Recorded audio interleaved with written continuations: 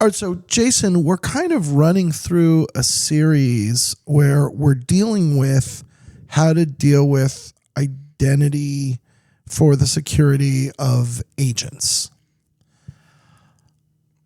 Talk to me about proof of possession. Yeah. So believe it or not, Tim, you can cryptographically prove that something is the legitimate possessor of a token. Okay. So this is following up on our conversation about tokens. Yeah. Okay, continue. Yeah. So the arc of the story is static API keys, which is the 99% plus. They're a shared secret. They're very leakable. Yes. Just like a username and password.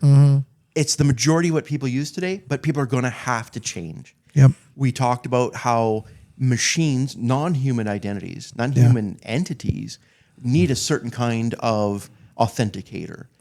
Certificates are ideal, but not every agent's going to use a certificate directly. Some of them are going to log into services with a token still. But the problem is that token, if it's copied by the bad guy, if it's literally just an alphanumeric string. So if the bad guy gets a hold of that somehow, and there's many ways that can happen, so many attack vectors against it, how do you prove that that string should only be associated with the thing that's actually using it? Enter PKI. Right. So for those of you who are curious, IETF standards body has come out with two RFCs, 8705 and 9449. Okay. What's the difference between the two of them? They're basically both cryptographic proof of possession type of mechanisms.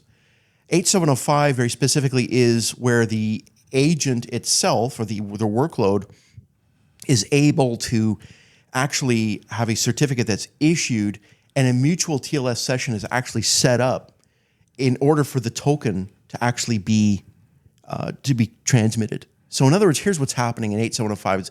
It's perhaps the easier one to understand, which is, okay, I'm an agent.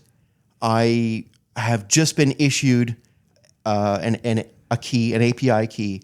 I want to log into that API key service.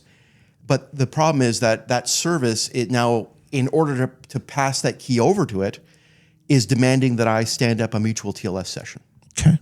That's great because the key itself is going to be transmitted in an encrypted data in transit kind of a mechanism. So that's part number one. But number two is that the token itself has another piece with it, which is the fingerprint, if you will, a hash of the public key that was generated for this mutual TLS session. If I don't also possess that, which is an extremely short-lived thing, then I don't get to log in. So in other words, what are the two different ways in which an attack is thwarted?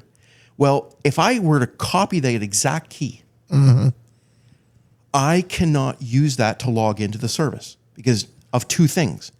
If I created my own cert, a self-signed cert, well, that's not the one that's expected. Right. And number two, if I don't use a cert at all, I can't stand up the mutual TLS session at all. Okay. So in either scenario, even though I'm the adversary with the legitimate shared secret, I can't do anything with it. RFC 9449, very similar, except for the fact that it's more for OAuth tokens. Okay. So the drift attack against Salesforce.com, that wasn't that long ago, that made the news. Yeah.